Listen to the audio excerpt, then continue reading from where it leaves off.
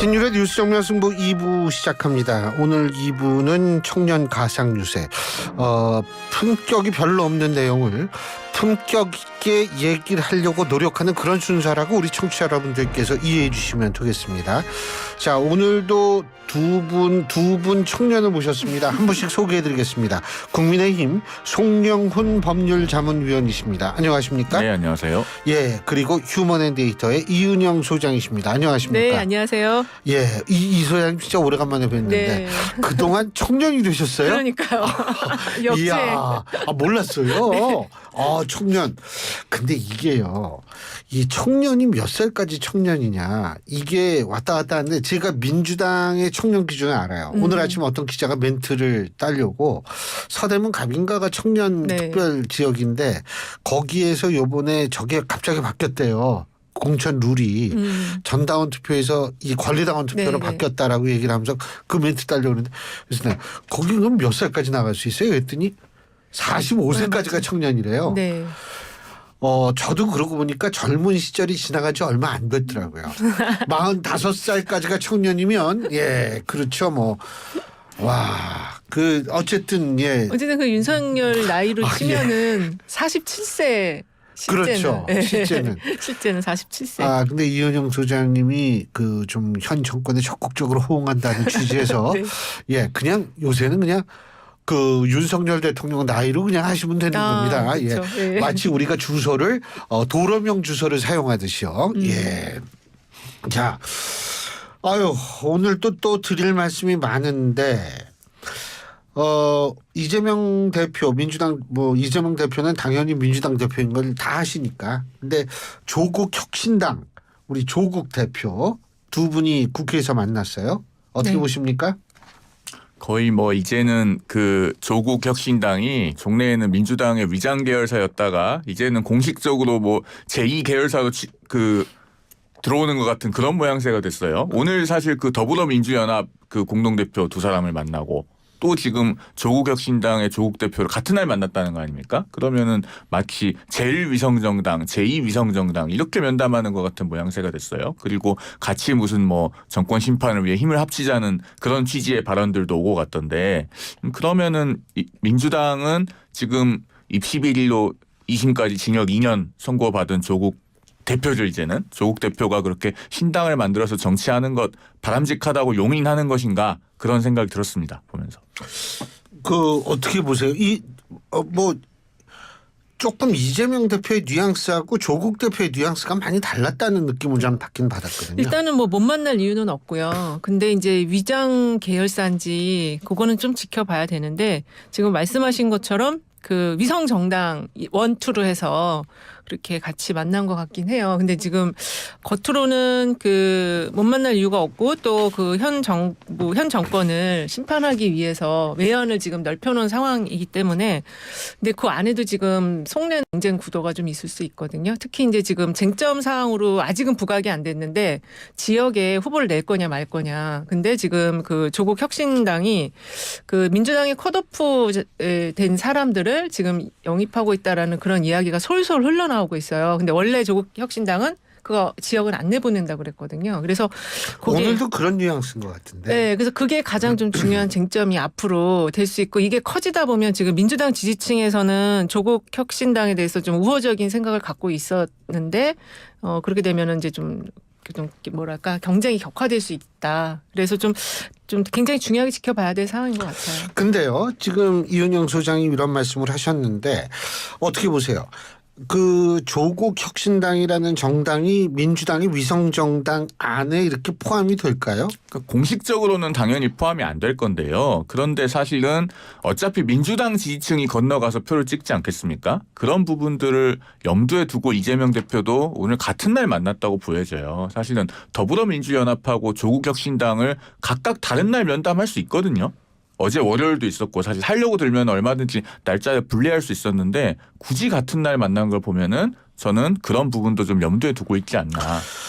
근데 조국 혁신당이 예를 들면은 뭐 우리가 조금 힘들 때 조국 혁신당이 잘 되면 좋다 이렇게 생각한다는 겁니까? 아니, 이재명 잘 되면 대표가? 좋겠다는 게 아니고 네. 나중에 이제 선거 결과에 있어서 구구한 해석이 있을 수 있지 않겠습니까? 지금 보면은 뭐 저희가 여론조사 수치를 구체적으로 언급하기는 그렇지만 아유, 그거 할래. 예, 그거 하지 마세요. 언급하지 않습니다. 언급하긴 그렇지만 그 조국 혁신당의 어떤 지지층이라고 하는 것이 지금 민주당의 어떤 공천 파동으로 인해서 실망한 그 지지층이 여론조사에서 일단 의사표시를 하고 있다. 미디어 토마토 여론조사는 제가 앞서 얘기해서 말씀하셔도 돼요. 네. 오늘 발표됩니다. 예, 그래서 민주당 지지층이 지금 실망해서 여론조사에서 의사표시를 하고 있다라는 거는 시그널이 확인이 되거든요. 그러면은 뭐 조국 혁신당이 실제로 정말로 비례 의석수를 유의미하게 확보를 했을 때 그걸 정말 민주당의 성적으로 포함해서 계산할 건가 아닌가 이것에 대해서 또 논란이 있을 건데 뭐 그런 부분까지 염두에 두고 일부러 같은 날 만난 것이 아닌가 저는 그런 생각도 들었습니다. 네. 일단은 근데 조국 혁신당이 민주당 지금 현재 이제 공천에 대해서 실망한 사람들을 받아 안아주는 그런 모양새를 취하고 있거든요. 지지를 그쪽으로 좀 이제 유도를 하고 있어서 민주당 입장에서는 그 실망한 지지층이 차라리 그 투표를 안 하는 층으로 가는 것보다는 그래도 비례해서 뭔가 외연을 좀 더 이렇게 칼라는 좀 다르지만 외연이 더 넓어져서 현 정권에 대한 심판을 할 수 있는 뭐 연대 세력이랄까요? 그게 형성된다라는 점에서는 뭐 그렇게 아주 나쁘지는 않을 것 같아요. 그 엄경영 소장님이 저희 방송에서 뭐라고 얘기를 했냐면 네. 이재명 대표가 만약 이번 총선에서 패배해가지고 당내가 시끄러우면 조국 전 장관이 등장할 가능성이 있다라고 얘기를 했거든요. 만일 그 예언대로 된다면 이재명 대표와 조국 대표는 사실은 굉장히 치열한 관계가 있을 수밖에 없는 거 아닙니까? 이제 그거를 조국 전 장관 한 명으로 한정시켜서 봤을 때는 그럴 수 있는데 지금 대권 주자로 부상할 수 있는 사람들이 많이 있어요. 지금 뭐 김종석 전 비서실장도 그렇고 추미애 전 장관도 그렇고 지금 그 전현희 전 장관 권익위원장님도 그렇고 그래서 지금 대권 주자로 분류해서 부상될 수 있는 군들이 지금 많아지고 있기 때문에 꼭 그 두 명으로 찍어가지고 그렇게 그 대선판이 만들어지기는 어렵다 그렇게 보고 또 특히 지금 조국 혁신당이 아직은 이제 그 비례 순번에 대한 그 과정을 거치지 않았잖아요. 그 과정에서 또 어떤 요동이 칠지 모르니까 그건 좀 지켜봐야죠. 근데 오늘 그 미디어 토마토 여론조사 이 개요는 제가 앞서 일부에서 말씀을 드렸습니다. 비례대표 투표를 어느 정당에 하겠느냐 이건 ARS 조사긴 네. 합니다만 국민의 미래가 39.4 더불어민주연합이 25.1 조국 혁신당은 21.0입니다. 어유 엄청 나왔어요. 어떻게 보십니까? 그러니까 그만큼 지금 민주당의 비명 행사 공천 파동으로 인한 그 반작용이 여론조사에서 나타나고 있는 겁니다. 다만 이게 4월 10일까지 유지될지는 좀 두고 봐야 된다고 생각을 해요. 왜냐하면 이건 여론조사이기 때문에 지금 그 민주당의 공천 내용으로 인해서 실망한 지지층이 일단 의사표시를 하는 거예요. 불만을 표시할 방법은 가시적으로 어떤 그래도 민주당과 거리가 상대적으로 가깝다고 할 수 있는 당으로 이탈한다는 것을 내가 보여주는 것밖에 없거든요. 그런데 정말로 기표소 안에 들어가서도 손이 그렇게 나갈까? 저는 거기에 대해서는 여전히 의구심이 있습니다. 네. 일단 이제 국민의 미래 당이 39.4 나왔어요. 1위를 했는데 사실은 이제 비례연합당 25.1하고 조국 혁신당 합치면은 46%가 되거든요. 그러니까는 지금 야권으로 묶을 수 있는 당이 46으로 더 많아요. 지지가. 그래서 이런 틀로 봐야지 이걸 하나 개별적으로 쪼개서 보면은 지금 착시 현상이 일어날 수 있다. 지금 국민의힘과 그 위성정당이 마치 이번 총선에서 크게 이길 것으로 착시를 느끼게 할 수 있다라고 저는 생각을 하거든요. 근데 이제 물론 이제 청년 이은영 소장님께서는 여론조사를 전문가시니까 근데 이게 ARS 조사거든요. 그렇죠. ARS 조사면 이게 굉장히 정치적 고관여층만 사실 이게 저도 이게 하루 종일 정치만 들여다보고 있는 사람이지만 여론조사 보면 솔직히 끊어요. 솔직히 끊는데 문제는 뭐냐면 기계음이면 끊기가 편해요. 근데 저쪽에 사람이 나오면 이게 끊기가 좀 미안하거든요. 그건 누구든 다 마찬가지일 거예요. 그래서 ARS 조사를 끝까지 응답하는 분들은 굉장히 정치적 고관여층이다. 그래서 저는 여기서 뭘 보냐면 이 야권의 정치적 팬덤적인 분들이 훨씬 여권보다 많아요. 그러니까 이게 이렇게 나오는 건데 제가 여기서 주목하는 건 뭐냐면 조국 대표의 팬덤이 만만치 않구나. 예? 저는 사실 그러니까 이재명 대표의 팬덤하고 조국 전 장관의 팬덤이 거의 비슷하다고 전 이 점을 주목하거든요. 좀 짧게 말씀드리면 네. 약간 반사적인 지금 성격이 있어요. 그래서 사실 이제 조국 팬덤에 대한 이번에 이제 지지는 여러 가지 측면이 있겠지만 동정 여론도 상당히 많이 있거든요. 그래서 그 가족이 굉장히 많은 힘든 일을 겪었는데 조국 장관까지 그렇게 해서는 안 되겠다라는 그런 동정 여론도 있고, 그 다음에 지금 민주당의 공천 과정에서의 불만을 가진 일부 지지층이 또 이동할 수도 있는 그런 상황이어서 이 지지가 계속 이 조국 혁신당에 머물러 있을지 그것도 좀 봐야 된다는 거죠. 저는 좀 또 이합 집산을 할 수 있다. 근데 저는 흥미로운 게 개혁신당이에요. 이 조사에서 5.3% 나왔어요. 근데 물론 5.3%도 의미 있는 수치일 수는 있습니다. 그런데 한국갤럽조사 이 조사 개요는 앞서 1부에서 제가 말씀을 드렸기 때문에 반복하지 않고요. 4부에서 다시 여러분한테 말씀을 드릴 겁니다. 한국갤럽에서 TK 지역에서 개혁신당이 0%가 나왔어요. 그렇죠. 이거 뭐 어떻게 보세요? 아니, 근데 0% 나오기가 쉽지 않거든요. 그러니까 0%도 그냥 0%가 아닌 게 그 예. 실제로 갤럽이 집계해서 발표한 표를 보면요. 그 셀 자리가 비어 있습니다. 네, 그거 왜 맞아요. 비어 있냐면은 한국갤럽에서 0.4% 이하가 나오면 반올림에서 0%이기 때문에 0%라고 표기를 합니다. 그런데 비어 있는 거는 진짜 아무것도 예, 아무 그 지역 데다가 응답자 안 했다. 중에 한 명도 그 당을 지지한다고 밝히지 않으면 그 원 값이 0이기 때문에 그냥 비워놓는 겁니다. 예, 그래서 대구 경북 응답자 중에서 그 조사에서 개혁신당을 지지한다고 밝힌 사람이 한 명도 없었던 거죠. 그러니까 개혁신당의 원래 계획과는 너무나 다르게 가고 있는 것이고, 그래서 뭐 이준석 대표가 뭐 예전에 그랬잖아요. 저 TK 지역에 있는 의원도 뭐 우리한테 올 거고 뭐 본인도 뭐 김종인 위원장이 그랬을 거려. 이준석 대표 TK 지역에 나가는 게 좋다고. 그리고 뭐 이준석 대표도 지금 화성 의뢰 출마하기로 예, 하면서 뭐 TK를 마지막까지 고민했다고 하는데, 그 발표하기 전날 나온 이 여론조사를 봤다면은 역시나 TK에 출마하는 것은 도저히 할 수 없는 선택이었을 겁니다. 그 왜 그렇게 됐다고 보세요? 그래도 이게 나름대로 보수 정당에서 파생된 정당인데. 아니죠. 지금 개혁신당의 국회의원은 모두 다 민주당 출신이죠. 아, 그래서 4명 모두 그런가요? 민주당 출신이고, 또 이낙연 대표의 그 새로운 미래하고 결합했다가 그 불과 열 하루 만에 헤어지는 걸 국민들이 다 봤지 않습니까? 그러면은 그 작은 세력도 통합을 못 하는데 어떻게 무슨 대한민국을 개혁하고 새로운 정치를 하겠습니까? 그 기대는 이미 다 사라진 것이죠. 그래서 그렇다. 근데 이게 정치인들이 이렇게 이합 집산하면서 특히 이제 통합을 하면은 1+1은 3이 될 거라고 착각을 하는데 그렇지가 그렇게 안 않아요. 돼요. 예, 이 정당 정체성이라는 게 굉장히 무서운 것이어서 내 정체성을 훼손하는 거에 대해서는 손을 아예 거절을 해버리거든요. 그래서 지금 뭐 영등포 갑의 김영주 전 장관이 당적을 바꿨지만 거기서 이길 수 없다고 저는 봐요. 왜요? 플러스 알파가 가기 어렵고 오히려 국민의힘 지지층이 그 후보를 우리의 후보라고 선택하기 어렵다. 근데 그 성공한 분도 많아요. 그러니까 이제 좀 두고 봐야겠죠. 예를 들면 조경태 의원 같은 경우에도 당적 바꾸고 네네. 2번이나 연이어 당선이 되셨었고. 아마 가장 비슷한 사례는 2016년에 그 박근혜 정부의 복지부 장관을 하셨던 진영 의원. 진영 네, 의원이 또 민주당으로 맞아요. 가서 서울 용산에서 그대로 또 당선되셔서 되셨어요. 4선째 하셨잖아요. 그때 진영 의원도 뭐 차이가 크진 않았습니다만 2.7% 차이로 승리를 하셨으니까 아마 제가 봤을 땐 이번에 영등포 갑은 그 2016년에 용산 선거에 판박이가 되지 않을까. 아니 한번 지켜봐야죠. 저는 거기 그거야 세대 우리가 교체 뭐. 후보가 나와 있기 때문에. 한번 그거야 네. 우리가 이제 지켜봐야 되는데. 근데 하여간 저는 개혁신당이 참 굉장히 그 한국갤럽 조사가 좀 너무 놀라워가지고 제가 여쭤본 거고. 자. 국민 추천제 그거 좀 위험하지 않아요? 어떻게 보세요?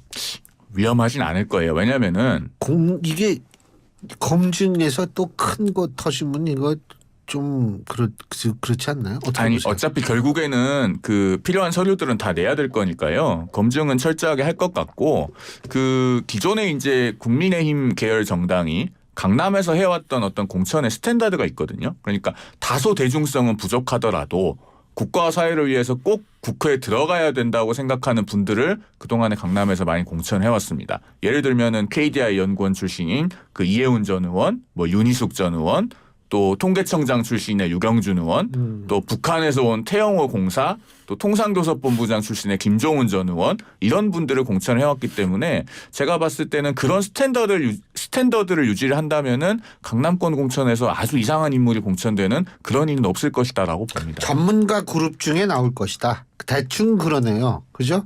전문성이 있는 분들이 많이 등용이 됐었네요. 예, 조금 더 보충해서 설명을 드리면 서초 강남권에서 대중성이 있는 인물을 공천을 안 하진 않았어요. 예를 들면은 뭐 2000년에 그 오세훈 시장, 오세훈 변호사가 그 강남을에서 초선을 했죠. 그리고 이번에도 신동욱 앵커 공천했잖아요. 예. 그런 것처럼 대중성이 있는 인물도 일부 포함을 시키고 또 서초 강남에 지역적 뿌리가 있는 분들도 공천합니다. 이번에도 서초구청장 출신의 조은희 의원은 초반에 단수 공천 받았잖아요. 그리고 다른 지역으로 재배치되긴 했습니다마는 기존에 재선을 하신 박성중 의원도 구청장 출신이에요. 그런 분들도 가미를 하지만은 한편으로는 상당히 유능한 전문가분을 그쪽에 투입을 많이 시켰거든요. 제가 봤을 때는 그런 어떤 스탠더드는 벗어나지 않지 않을까.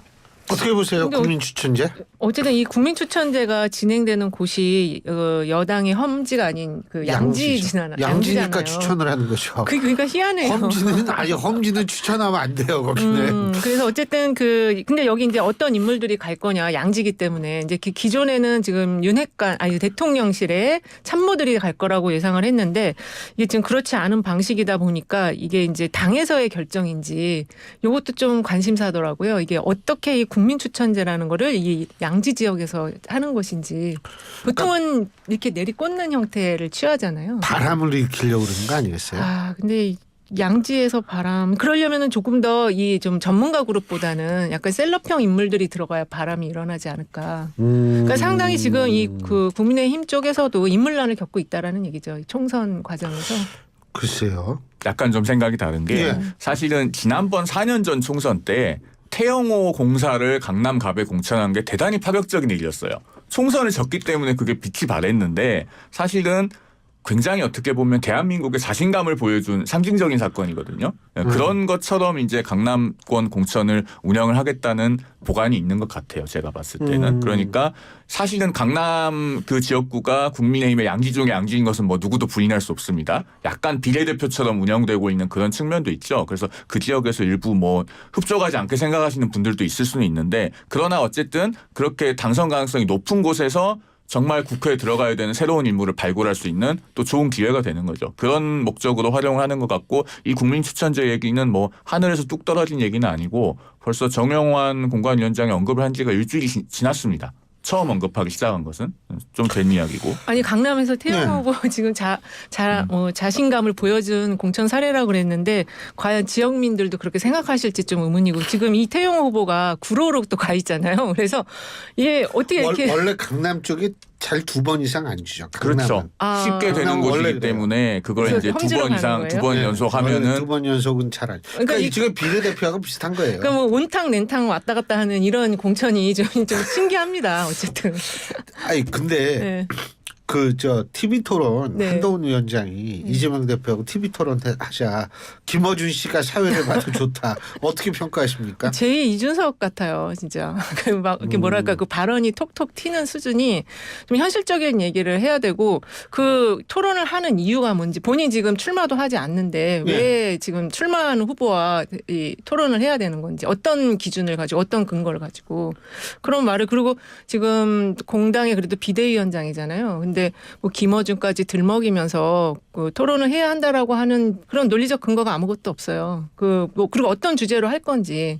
그래서 지금 이 한동훈 비대위원장이 너무 이 지금 상황을 코미디로 자꾸 만들면서 즐기고 있다. 지금 상당히 여당은 뭐 그 공천이 잘 되는 것처럼 얘기하지만 현역 교체를 굉장히 낮잖아요. 지금 심각한 상황이고 이게 물밑에 앉아 있는 불만이 언제 터질지 모르는데 그거에 대한 수습은 안 하고 본인이 굉장히 이거를 좀 희화화시키는 작업을 자꾸 하고 있다. 그렇게 봐요.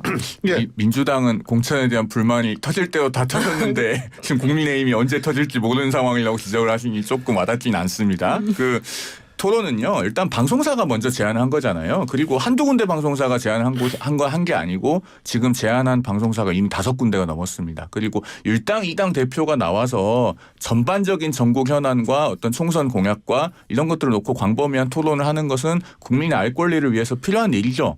바람직하고 저는 이재명 대표가요. 과거에 그 대선 때도 윤석열 후보하고 양자 토론 하려고 했잖아요. 뭐 심상정 후보 등등이 가처분 내가지고 무산이 됐지만 그럴 때 좀 자신감을 보여줬으면 좋겠어요. 그게 민주당 지지층을 지금 결속하는 데도 도움이 될 거고 국민들께도 아 민주당이 그래도 이 정도로 자신감이 있구나. 라는 거를 보여주는 기폭제가 될 수 있기 때문에 예. 어떻게 보면 좋은 카드인데 굳이 이걸 사양할 이유가 없다. 저는 그런 생각이 듭니다. 알겠습니다. 야 시간 딱 맞춰가지고 끝내주시네요. 예, 두 분 말씀 오늘 여기까지 듣겠습니다. 고맙습니다. 네, 감사합니다. 감사합니다. 예, 지금까지 국민의힘 송영훈 법률자문위원 그리고 휴먼앤데이터의 이은영 소장 두 분과 함께했습니다.